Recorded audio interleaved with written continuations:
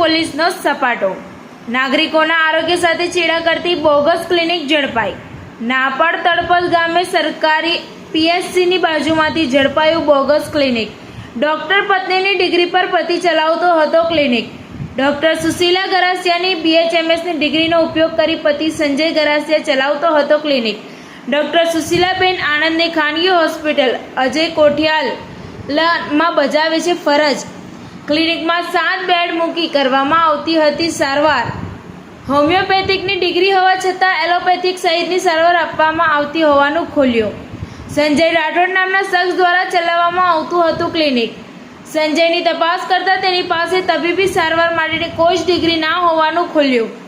કોની રહેમ નજર હેઠળ સંજય કરતો હતો આ ગોરખ ધંધા? TV18 ન્યૂઝ નેટવર્ક સાથે બ્યુરો હેડ બસર મલિક, આનંદ।